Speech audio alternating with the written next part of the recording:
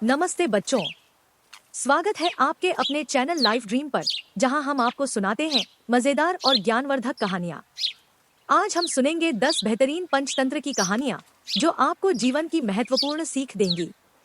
लेकिन उससे पहले हमारे चैनल लाइफ ड्रीम को लाइक, शेयर और सब्सक्राइब जरूर करें और नीचे कमेंट में बताएं कि आप कौन कौन सी कहानियों में रुचि रखते हैं। चलिए शुरू करते हैं। एक समय की बात है, एक घने जंगल में जहाँ सभी जानवर मिलजुल कर रहते थे, वहाँ एक चतुर खरगोश रहता था जो अपनी बुद्धिमानी के लिए जाना जाता था। वे सुबह उठकर कहता है, क्या सुंदर दिन है, चलो कुछ स्वादिष्ट गाजर ढूंढते हैं। लेकिन उसी जंगल में रहता था एक धूर्त सियार जो हमेशा दूसरों को धोखा देकर अपना फायदा उठाता था। आज मुझे कुछ नया खाने का मन कर रहा है, जैसे वो भोला खरगोश। अगर उसे जंगल के गहरे हिस्से में ले जाऊं तो बात बन सकती है। सियार खरगोश के पास दोस्ताना अंदाज में आता है और मुस्कुराकर बात करने लगता है। नमस्ते खरगोश भाई, कैसे हो? मैं अच्छा हूँ सियार भाई, आप कैसे हो? बहुत बढ़िया। क्या तुमने सुना, जंगल के दूसरी ओर एक नया गाजर का खेत मिला है? सच में? मैं तो गाजर बहुत पसंद करता हूँ। तो चलो, मैं तुम्हें वहाँ ले चलता हूँ। सियार भाई तो ऐसे कभी मदद नहीं करते, कहीं ये मेरी तरफ कोई चाल तो नहीं? अच्छा सियार भाई, लेकिन रास्ता सुरक्षित तो है ना? हाँ हाँ, मैं हूँ ना तुम्हारे साथ। चलो, देर न करें। खरगोश को कुछ अजीब सा महसूस हो रहा था, लेकिन वह सियार के साथ चलता रहा। देखो खरगोश भाई, गाजर का खेत इस गड्ढे के पार है, तुम पहले जाकर देख लो। लेकिन यह गड्ढा तो बहुत गहरा लगता है सियार भाई। अरे नहीं, तुम आसानी से पार कर सकते हो, मैं पीछे से आता हूँ। यह तो बहुत गहरा गड्ढा है, अगर मैं गिर गया तो बच नहीं पाऊंगा। सियार मुझे धोखा दे रहा है। सियार भाई, मैं थोड़ा थक सा गया हूँ, क्यों ना हम थोड़ी देर आराम करें? नहीं नहीं, हमें अभी जाना चाहिए। खरगोश सोचता है सियार को उसी की चाल में फंसाना होगा। उसने सियार से कहा, अरे सियार भाई, मैंने तो सुना है कि आप बहुत ताकतवर हो, क्या आप इस गड्ढे को छलांग लगा सकते हो? हाँ, क्यों नहीं, देखो मैं कैसे करता हूँ। सियार जोश में आकर गड्ढे के ऊपर से छलांग मार देता है और गड्ढे में जा गिरता है। अरे मेरी मदद करो, मैं इस गड्ढे में फंस गया हूँ। सियार भाई, मक्कारी का तो यही परिणाम होता है। मुझे माफ कर दो खरगोश भाई, मैं तुम्हें धोखा देना चाहता था, अब मैं समझ गया हूँ, कृपया मेरी मदद करो। अगर मैं तुम्हारी मदद करूं, तो क्या तुम अपनी बुरी आदतें छोड़ दोगे? हाँ हाँ, मैं वादा करता हूँ। खरगोश सियार को एक लंबी शाखा की मदद से गड्ढे से बाहर निकालता है। धन्यवाद खरगोश भाई, आपने मेरी आंखें खोल दी। अच्छा है, अब चलो हम मिलकर गाजर का खेत ढूंढते हैं। कई सालों से यह जंगल शांत और हरा भरा था। हर जानवर बिना किसी डर के घूमता था। लेकिन तभी एक शेर ने जंगल पर अधिकार कर लिया और उसकी क्रूरता ने सारे जानवरों को डरा दिया। हर रोज शेर एक जानवर को पकड़कर खा जाता था। जानवरों के दिलों में डर और चिंता बढ़ती जा रही थी। आखिरकार सबने मिलकर एक समझौता किया कि हर दिन एक जानवर खुद को शेर के भोजन के रूप में प्रस्तुत करेगा, ताकि बाकी जानवर सुरक्षित रहें। कई दिनों तक जानवर इस व्यवस्था से जीते रहे। एक दिन खरगोश की बारी आई। वह छोटा था, लेकिन बहुत चालाक और समझदार भी। उसने सोचा, मैं शेर को हराने का कोई रास्ता जरूर ढूंढूंगा। खरगोश जानता था कि अगर वह शेर से सीधा सामना करेगा तो वह हार जाएगा। इसलिए उसने एक चालाक योजना बनाई। उसने देर से शेर के पास जाने का फैसला किया और अपने रास्ते में समय बर्बाद किया ताकि शेर को और गुस्सा आ सके। इस बीच जंगल के जानवर चिंतित थे। उन्हें डर था कि अगर खरगोश समय पर नहीं पहुंचा तो शेर उनके ऊपर हमला कर देगा। शेर अपनी गुफा के बाहर गुस्से में इधर-उधर टहल रहा था। उसने सोचा, आज तो मैं 2 जानवरों को मारूंगा, एक को देर करने की सजा और दूसरे को भूख मिटाने के लिए। आखिरकार जब खरगोश शेर के पास पहुंचा, शेर ने गुस्से में उससे पूछा, तुम इतनी देर से क्यों आए? खरगोश ने जवाब दिया, महाराज, मैं तो समय पर आ रहा था, लेकिन रास्ते में एक और शेर ने मुझे रोक दिया।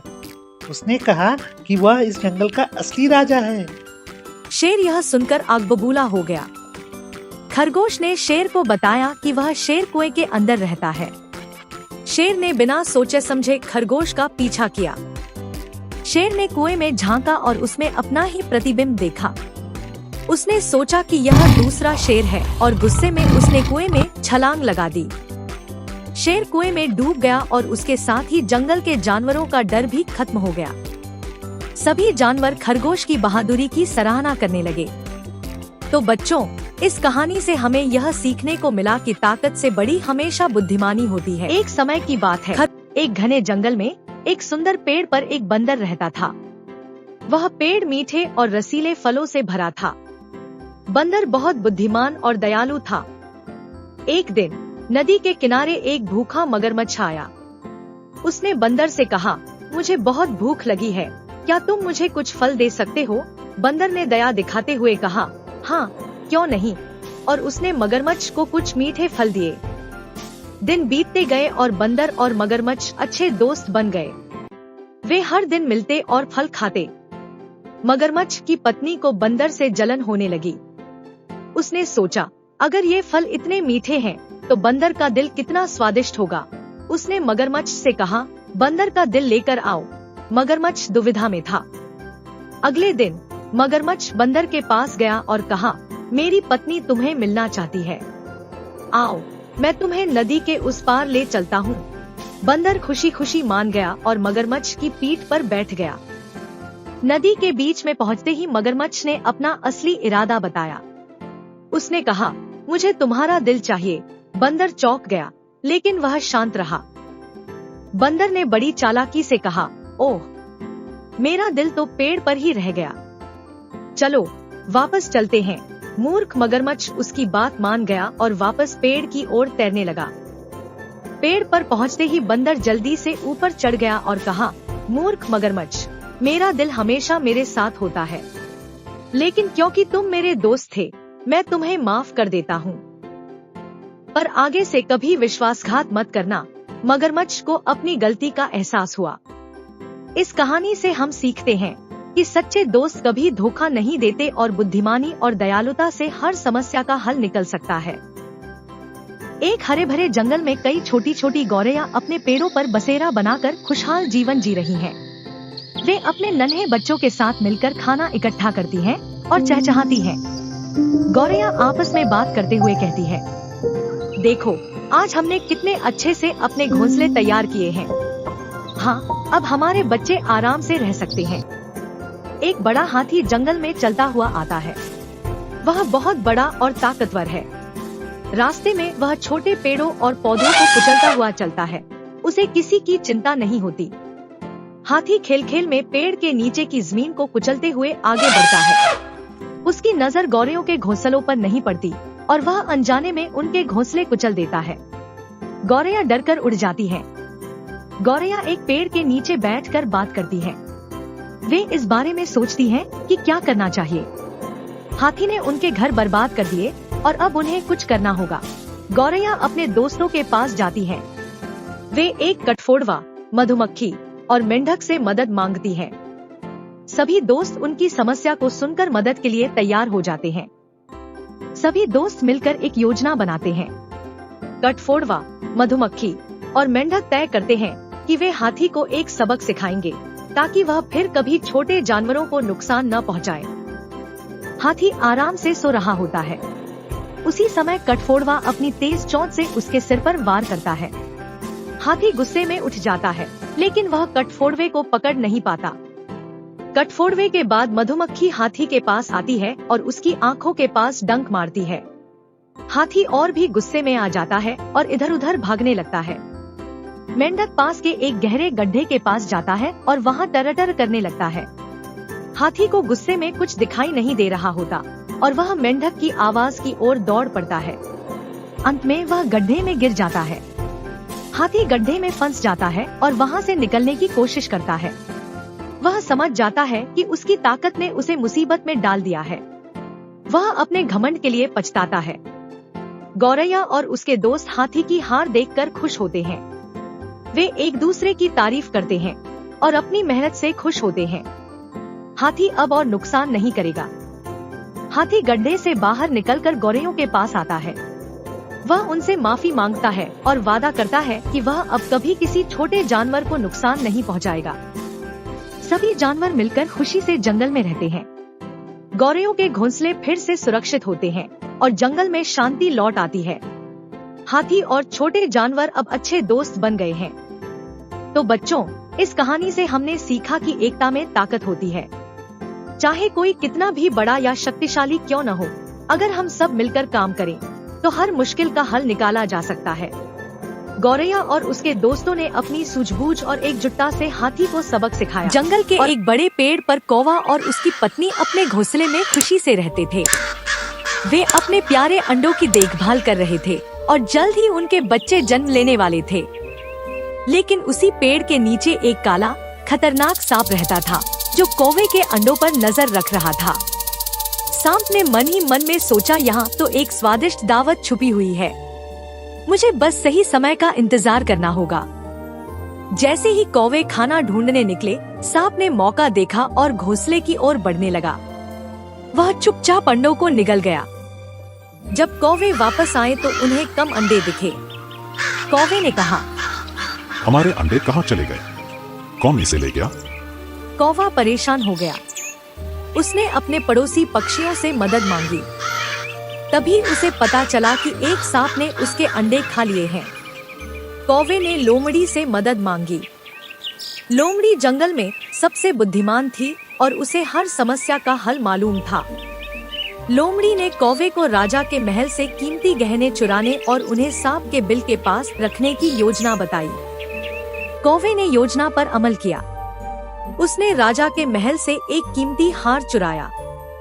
कौवे ने गहने सांप के बिल के पास रख दिए और सिपाहियों के आने का इंतजार करने लगा। जल्द ही राजा के सिपाही आए और गहनों को खोजने लगे। उन्होंने सांप के बिल के पास हार पाया। सिपाहियों ने सांप को बिल से बाहर निकाल लिया। कौवे ने चैन की सांस ली क्योंकि अब उनके अंडे सुरक्षित थे। कुछ दिनों बाद अंडों से बच्चे निकले। कौवा और उसकी पत्नी ने खुशी से उनका स्वागत किया। इस कहानी से हमने सीखा कि बुद्धिमानी और चालाकी से बड़ा संकट भी हल किया जा सकता है। आज हम एक ऐसे कौवे की कहानी सुनेंगे जिसे हंस की चाल चलनी थी। बहुत समय पहले की बात है। एक घने जंगल में एक सुंदर हंस और एक साधारण कौवा रहते थे। हंस अपनी सफेद पंखों और अद्वितीय सुंदरता के कारण प्रसिद्ध था। कौवा हर दिन हंस को देखता और उसकी सुंदरता से जलता रहता। कौवे ने सोचा, अगर मैं हंस की तरह तैरूं तो शायद मैं भी सुंदर दिखूं। कौवे ने पहली बार पानी में तैरने की कोशिश की, लेकिन वह पानी के छींटे उड़ाते हुए तैरकर किनारे पर आ बैठा। कौवे ने अपने दोस्त लोमड़ी से सलाह मांगी। मुझे हंस की तरह सुंदर बनना है, लेकिन कैसे? तुम बहुत समझदार हो, मुझे कोई उपाय बताओ। लोमड़ी ने चतुराई से कहा, तुम्हें बस हंस की तरह दिखने के लिए सफेद होना है। क्यों न तुम तालाब के सफेद फूलों के बीच रहो, शायद वह तुम्हारे पंखों पर सफेदी ला दे। कौवे ने सोचा, शायद फूलों के साथ रहने से मेरे पंख भी सफेद हो जाएंगे। कौवे ने फूलों में बैठने की कोशिश की, लेकिन कुछ देर बाद उसे एहसास हुआ कि उसके काले पंखों पर कोई असर नहीं हुआ। पक्षियों ने कहा, कौवा भाई, हंस बनने का सपना मत देखो, तुम काले ही अच्छे लगते हो। हाँ, हंस बनने के चक्कर में कहीं अपनी पहचान मत खो देना। अगले दिन कौवे ने सोचा कि क्यों ना सफेद मिट्टी का लेप अपने ऊपर लगा लूं तो मैं बिल्कुल हंस जैसा दिखूंगा। लेकिन कौवे की सफेद मिट्टी भी पानी में उतरते ही धुल गई और उसकी असलियत फिर सामने आ गई। हंस ने ये सब देख के कहा, कौवे भाई, तुम यह सब क्यों कर रहे हो? कौवा दुखी होकर बोला, मुझे हंस की तरह सुंदर बनना है, मेरे काले पंख मुझे बदसूरत लगते हैं। कौवा हंस से बात करने के बाद उसकी नकल करने की कोशिश करने लगा, लेकिन वह केवल अपने काव काव की आवाज ही निकाल सका। कौवे भाई, तुम्हारी काले पंख और काव काव की आवाज ही तुम्हारी असली पहचान है। हम सभी अपनी पहचान में सुंदर हैं। मुझे देखो, क्या मैं काले पंखों के साथ तुम्हारी तरह बन सकता हूँ? नहीं। तो तुम क्यों बदलने की कोशिश कर रहे हो? कौवा ने कहा, सच में हंस, तुम्हारी बात सही है। मैं जैसा हूँ वही मेरी असली पहचान है। कौवे को अब अपनी पहचान पर गर्व था। उसने हंस बनने की कोशिश छोड़ दी और खुद को अपनाया। इस कहानी से हमें यह सीखने को मिलता है कि हर प्राणी अपनी तरह से अनोखा और खास है। एक बार की बात है, जंगल में एक लोमड़ी रहती थी। वह बहुत चालाक थी। एक दिन उसने अपने दोस्त सारस को खाने पर बुलाया। लोमड़ी ने खाना बनाया और सारस को बड़े प्यार से बुलाया। जब खाना परोसा गया तो लोमड़ी ने खाना चौड़ी प्लेट में रखा, पर सारस की चोंच लंबी थी, वह प्लेट से खाना नहीं खा पाया। लोमड़ी हंसते हुए खाना खाने लगी, लेकिन बेचारा सारस भूखा रह गया। वह समझ गया कि लोमड़ी उसका मजाक बना रही है। सारस ने सोचा कि वह लोमड़ी को सबक सिखाएगा। अगले दिन उसने लोमड़ी को अपने घर खाने पर बुलाया। सारस ने खाना लंबी सुराही में परोसा। उसकी लंबी चोंच से वह आराम से खा रहा था, पर लोमड़ी सुराही में से कुछ नहीं खा पा रही। लोमड़ी समझ गई कि जैसा उसने सारस के साथ किया, वैसा ही अब उसके साथ हो रहा है। उसे अपनी गलती का एहसास हुआ। लोमड़ी ने सारस से माफी मांगी और कहा कि अब वह कभी किसी का मजाक नहीं उड़ाएगी। दोनों फिर अच्छे दोस्त बन गए। इस कहानी से हम सीखते हैं कि दूसरों के साथ वैसा ही व्यवहार करो जैसा आप अपने लिए चाहते हो। बहुत समय पहले की बात है। एक घने जंगल में एक भूखी लोमड़ी भटक रही थी। उसकी भूख इतनी बढ़ गई थी कि उसे कुछ भी खाने को नहीं मिल रहा था। अचानक लोमड़ी की नजर एक ऊंची बेल पर पड़ी। उस पर रसदार अंगूर लटक रहे थे। लोमड़ी की भूख और बढ़ गई और उसने तुरंत अंगूरों तक पहुंचने का मन बना लिया। लोमड़ी ने पहली बार कूदकर अंगूरों तक पहुंचने की कोशिश की, लेकिन अंगूर बहुत ऊंचे थे और उसकी पहुंच से बाहर थे। लोमड़ी ने फिर से जोर लगाकर कूदने की कोशिश की, लेकिन वह फिर भी असफल रही। अंगूर अब भी उसकी पहुंच से दूर थे। तीसरी बार कोशिश करने के बाद लोमड़ी पूरी तरह से थक चुकी थी। उसने अब हार मान ली थी और जमीन पर बैठ गई। थक हार कर लोमड़ी ने बहाना बना लिया कि अंगूर खट्टे हैं और उन्हें खाने लायक नहीं है। वह गुस्से में वहां से चली गई। अंगूर वहीं लटकते रह गए और लोमड़ी अपनी भूख और हताशा के साथ जंगल में दूर चली गई। इस कहानी से हमें यह सीख मिलती है कि जब हम किसी चीज को हासिल नहीं कर पाते तो हमें बहाने नहीं बनाने चाहिए। मेहनत और धैर्य से ही सफलता मिलती है। एक सुंदर जंगल में 4 दोस्त रहते थे। एक कौवा, एक कछुआ, एक चूहा और एक हिरण। चारों अपनी अपनी विशेषताओं के लिए जाने जाते थे, लेकिन सबसे खास थी उनकी दोस्ती। एक दिन हिरण घास चर रहा था, तभी एक शिकारी ने उसे देख लिया और जाल बिछा दिया। जैसे ही हिरण जाल में फंसा, वह खुद को छुड़ाने की कोशिश करने लगा, लेकिन जाल बहुत मजबूत था। कौवा आसमान में उड़ रहा था जब उसने हिरण को जाल में फंसा देखा। वह तुरंत वापस अपने दोस्तों कछुए और चूहे के पास गया और बताया कि हिरण मुसीबत में है। तीनों ने मिलकर योजना बनाई कि कैसे वे अपने दोस्त की मदद करेंगे। चूहा तुरंत जाल की रस्सियों को कुतरने के लिए भागा। कौवा ऊपर से शिकारी की निगरानी कर रहा था और कछुआ धीरे धीरे हिरण के पास पहुंच रहा था। सब मिलकर अपने दोस्त को बचाने के लिए जी जान लगा रहे थे। आखिरकार चूहे ने रस्सी काट दी और हिरण आजाद हो गया। हिरण ने अपने दोस्तों को धन्यवाद कहा और चारों शिकारी के आने से पहले ही वहां से भाग गए। जब शिकारी वहां पहुंचा तो उसने देखा कि जाल खाली था। वह हैरान और निराश हो गया। दूसरी ओर 4 दोस्त एक सुरक्षित जगह से उसे देखकर मुस्कुरा रहे थे। चारों दोस्त अब आराम से बैठे थे। उन्होंने महसूस किया कि दोस्ती और एकता से बड़ी मुश्किल का हल निकाला जा सकता है। एक छोटे से गांव में एक किसान राम और उसकी पत्नी सीता रहते थे।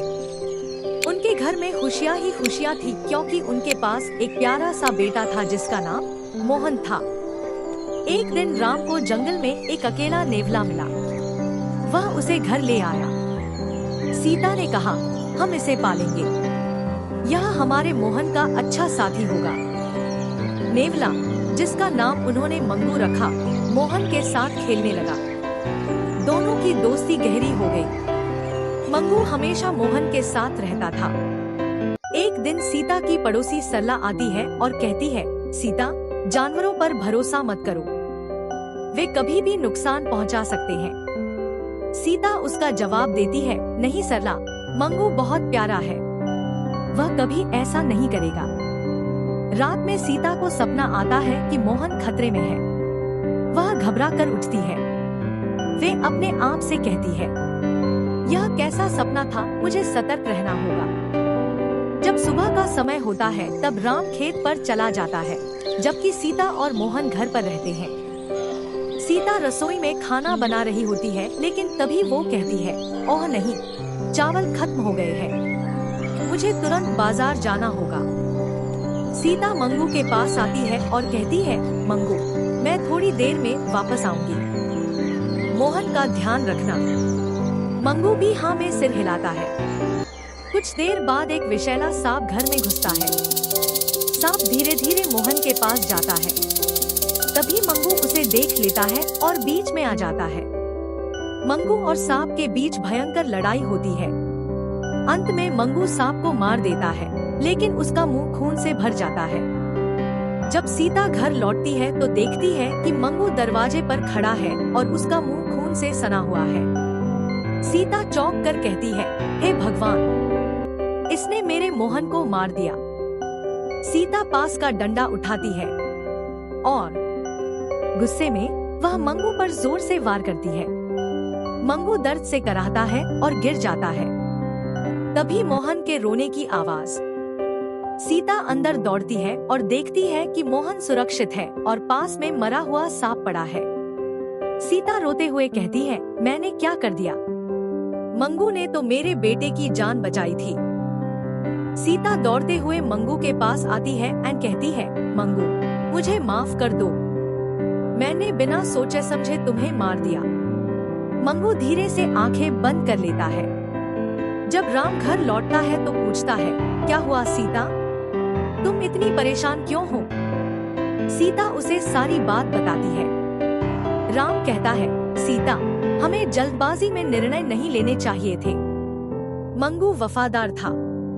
दोनों मंगू के प्रति सम्मान व्यक्त करते हैं। मोहन माँ से पूछता है, माँ, मंगू कहाँ है? सीता आंसू पोंछते हुए कहती है, बेटा, वे एक सितारा बन गया है जो हमें हमेशा देखेगा। अगर आपको यह कहानी पसंद आई हो तो कृपया इसे लाइक, शेयर और सब्सक्राइब करें ताकि आपको हमारी और भी रोमांचक